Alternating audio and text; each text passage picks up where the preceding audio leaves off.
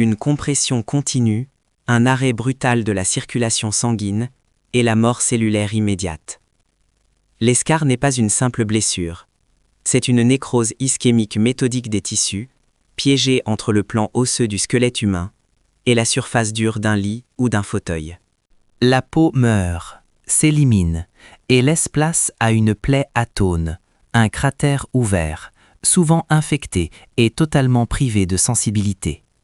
Ce que nous allons disséquer aujourd'hui, c'est la mécanique implacable de cette mort tissulaire localisée. Des causes extrinsèques liées à l'environnement immédiat du patient jusqu'aux protocoles chirurgicaux d'excision de la plaque noirâtre de nécrose. Voici l'investigation complète sur l'apparition, la prévention et le traitement curatif des escars. Les données cliniques sont formelles. L'inaction tue les tissus en un temps record. Le mécanisme de l'escar repose sur une équation physique et biologique implacable, impliquant la pression, le temps et l'ischémie. La définition stricte établit l'escar comme une nécrose ischémique. Le phénomène se produit lorsque les tissus mous, comprenant la peau, la graisse sous-cutanée et le muscle, se retrouvent écrasés entre deux plans de résistance absolue. D'un côté, le plan osseux du patient, agissant comme une enclume interne, et de l'autre, le plan du support, qu'il s'agisse du matelas d'un lit d'hôpital ou de l'assise d'un fauteuil roulant. Cette compression mécanique ininterrompue entraîne un ralentissement immédiat de la circulation capillaire locale. Lorsque la pression exercée dépasse la pression de perfusion capillaire, le flux sanguin s'arrête net. Les cellules, privées de leur apport en oxygène et en nutriments essentiels, entrent dans une phase d'anoxie fatale. La réaction en chaîne est visible à l'œil nu. La région atteinte présente d'abord une rougeur intense, signal d'alarme du système vasculaire. Rapidement, des phlictènes, ces poches de liquide interstitiel, apparaissent à la surface de l'épiderme. Le tissu, désormais non viable, entame sa phase de sphacelle, se décomposant et se séparant des tissus sains environnants. Ce processus d'élimination biologique des déchets nécrotiques prend un certain temps, défini par les conditions immunitaires du patient, pour finalement laisser apparaître une plaie atone. Cette ulcération, creusée dans la chair, présente une incapacité chronique à cicatriser spontanément, devient un foyer bactérien propice à l'infection sévère et s'accompagne d'une perte de sensibilité neurologique totale dans la zone détruite, rendant le patient incapable de percevoir l'aggravation de sa propre lésion. L'apparition de cette nécrose ne relève pas du hasard. Elle est dictée par une convergence de causes extrinsèques et intrinsèques précisément identifiées par la clinique. L'environnement immédiat du patient agit comme le premier déclencheur. Les causes extrinsèques sont intimement liées au protocole d'hygiène et à la gestion du confort en milieu hospitalier ou à domicile. Les données montrent qu'une toilette peu soignée laisse sur la peau des résidus organiques favorisant la rupture de la barrière cutanée. L'humidité est un accélérateur redoutable. Des alaises et des draps humides mal tirés créent une macération qui fragilise l'épiderme en quelques heures. Plus choquant encore, la simple présence de miettes de pain dans le lit constitue un point de compression hyper focalisé suffisant pour déclencher l'ischémie. Le maintien d'un linge souillé et non changé multiplie les risques bactériens et chimiques. À cela s'ajoutent les contraintes médicales. Les appareils plâtrés exercent des frottements constants et les injections de solutés hypertoniques, réalisées en intramusculaire ou en sous-cutané, introduisent des substances escarotiques qui détruisent chimiquement les tissus. Parallèlement, le terrain physiologique du patient, les causes intrinsèques, détermine la vitesse d'apparition des lésions. L'infection sous-jacente est le dénominateur commun, ciblant des profils spécifiques. Les patients cachectiques, tels que les tuberculeux ou les cancéreux en phase terminale, manquent de tissu adipeux pour amortir la pression des os. Les patients œdémateux présentent des tissus engorgés de liquide, diminuant l'oxygénation cellulaire. Les vieillards post-opérés, plongés dans une immobilité forcée, voient leur métabolisme chuter. Les diabétiques, victimes de neuropathie et d'artériopathie, ne ressentent pas la douleur de la compression et cicatrisent mal. Les personnes obèses exercent une pression pondérale massive sur des zones restreintes. Les paralysés, les patients sous plâtre, les comateux, incapables de mouvements réflexes, les cardiaques au débit sanguin insuffisant et les porteurs d'appareils orthopédiques permanents constituent la population à risque maximal, condamnée à subir cette nécrose si les protocoles de mobilisation échouent. L'investigation clinique de l'ESCAR révèle une cartographie précise des zones d'impact et un calendrier d'évolution fulgurant. Les signes de reconnaissance débutent systématiquement par les conséquences de la compression prolongée entre l'os et le lit. Ce blocage mécanique induit un arrêt vasculaire qui se manifeste en premier lieu par l'apparition d'une plaque érythémateuse.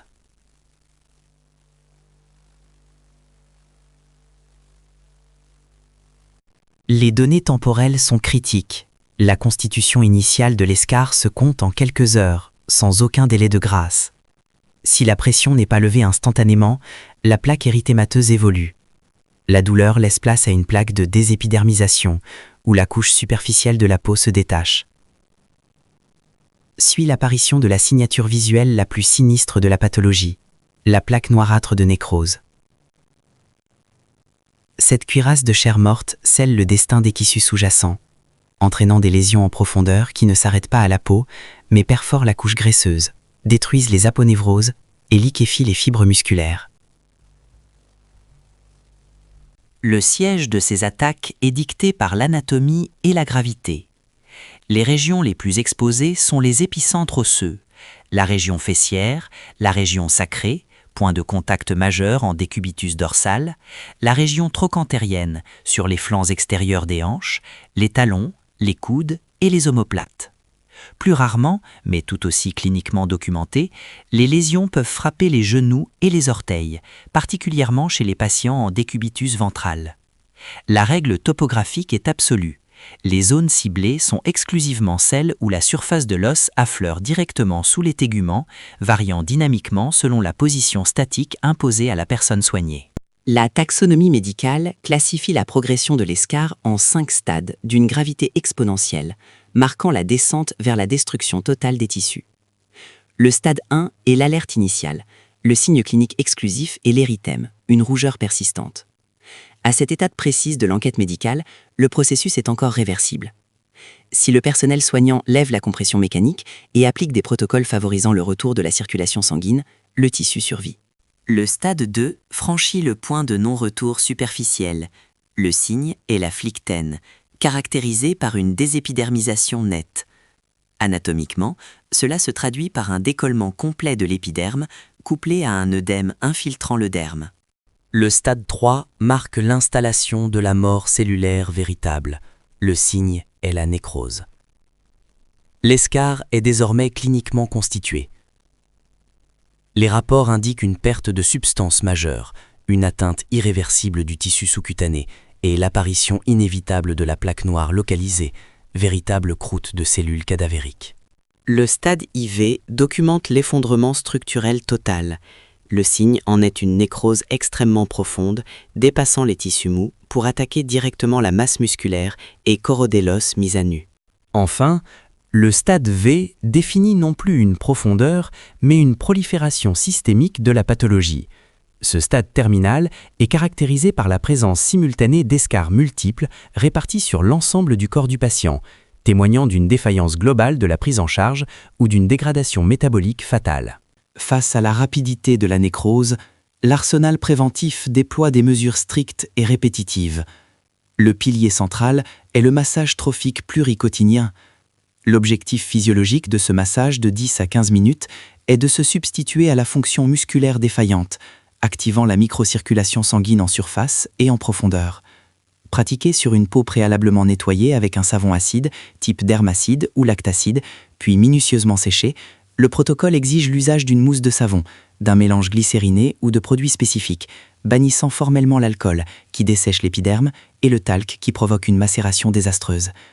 Le praticien utilise 3 techniques: l'effleurage, massage léger par voie réflexe, le pétrissage, pression forte mobilisant les couches profondes, et le décollage, saisie d'un bourrelet de chair roulé sur le plan osseux pour rompre les adhérences, avant de conclure par un nouvel effleurage antalgique. Ces actes sont répétés 2 à 3 fois par jour. La seconde ligne de défense est le changement strict de position. Aucun patient grabataire ne doit stagner plus de 2 à 3 heures dans la même posture. Un tableau de rotation rigoureux, contresigné par l'infirmier, est imposé. Par exemple, décubitus dorsal à 8 heures, décubitus latéral gauche à 11 heures, décubitus ventral à 14 heures, et ainsi de suite, jour et nuit. L'hygiène corporelle exige une eau tiède savonneuse, un séchage rigoureux, le changement immédiat des draps souillés, la traque des plis et des miettes et l'interdiction de coucher le patient sur une zone déjà rouge. L'examen cutané a lieu toutes les 3 heures. En soutien, l'ingénierie médicale impose le matelas alternating, un dispositif en plastique à gonflement pneumatique rythmique posé sur le matelas ordinaire. Doté de 10 tubes de nombre impair, un compresseur électrique inverse le cycle de gonflage toutes les 4 minutes, modifiant perpétuellement les points d'appui. Ces règles d'usage sont martiales. Interposer une planche sous le lit pour éviter l'affaissement, vérifier manuellement les cycles, n'utiliser qu'une seule épaisseur de drap, prohiber les épingles pour éviter la crevaison, surveiller le moteur et ne jamais l'utiliser seul sans associer les massages trophiques.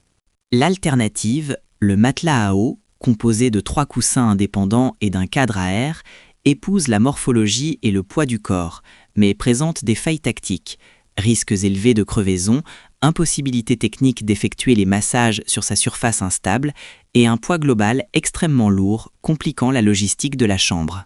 Enfin, la stratégie préventive intègre une hygiène alimentaire drastique, imposant un apport protidique et vitaminique massif pour fournir au corps les matériaux nécessaires au maintien de l'intégrité cellulaire. Lorsque la prévention échoue, le traitement curatif s'adapte au stade de destruction de l'escarre, sans jamais interrompre les actions de prévention de base. Au stade de l'érythème, l'intervention consiste en des massages trophiques couplés à l'application d'un pansement type Opsite, un film de polyuréthane adhésif transparent. Ce matériau antalgique permet l'observation directe de l'évolution vasculaire tout en autorisant la poursuite des massages. Face à une flictène, le protocole exige l'assèchement de la poche de liquide, suivi de l'application d'hydrocolloïdes, comme le duoderme, comme fil, biofilm ou intrasite, des films semi-perméables, bloquant l'eau et les bactéries, tout en laissant l'air circuler. Au stade de la nécrose avérée, l'opération devient chirurgicale. La première phase est l'excision. Il faut impérativement ramollir le couvercle noir, dur et cuirassé, à l'aide de vaseline ou de pansements humides renouvelés frénétiquement. L'ablation au bistouri ou au ciseau requiert une prudence extrême face au risque hémorragique massif, nécessitant une compression de précaution prête à l'emploi.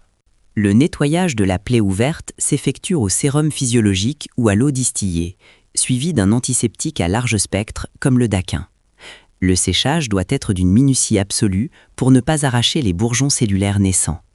Pour les ulcérations de petite surface, la détertion chimique est privilégiée, mobilisant des enzymes protéolytiques comme la trypsine ou des osmotiques comme le soluté glucosé hypertonique. Pour les cratères de grande surface, le protocole recommande la détertion suppurée, catalysée par des pansements gras tels que le tulgras, la biogaz ou le gelonette, riche en paraffine. Sur les nécroses massives et surinfectées, le carbonnet, un pansement au charbon actif, est déployé pour absorber les sérosités abondantes. La gestion bactériologique est contre-intuitive. La détertion suppurée par les germes situés à la frontière des tissus morts et vifs est un processus naturel d'auto-nettoyage. Le texte médical est formel. L'administration systémique d'antibiotiques est une erreur tactique néfaste qui favorise les souches résistantes, attire les germes opportunistes et retarde la cicatrisation. Le nettoyage simple au sérum physiologique suffit à éliminer le pus. La chirurgie lourde, type greffe musculocutanée, reste une indication très limitée. Enfin, pour les patients sous plâtre, la vigilance est implacable. L'apparition d'une tache brunâtre sur la surface du plâtre ou la détection d'une mauvaise odeur de putréfaction déclenche l'alarme chirurgicale immédiate. L'exploration s'effectue avec un tampon monté sous la coque rigide.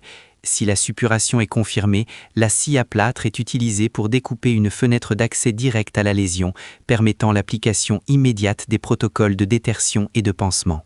L'escarre n'est pas une fatalité liée à l'âge ou à la maladie. C'est le résultat d'une défaillance mécanique dans la gestion des pressions exercées sur le corps humain. De l'érythème silencieux à la nécrose osseuse béante, la chronologie de cette destruction tissulaire prouve que chaque minute compte et que le moindre détail, de la température de l'eau à la miette de pain oubliée, peut déclencher un processus de pourrissement irréversible. Les preuves cliniques, les protocoles de rotation, la gestion des matelas à pression alternée et les techniques d'excision au scalpel démontrent qu'une rigueur absolue est la seule barrière entre le patient et la mort cellulaire. Abonnez-vous, partagez ces données cruciales et continuez à examiner les faits.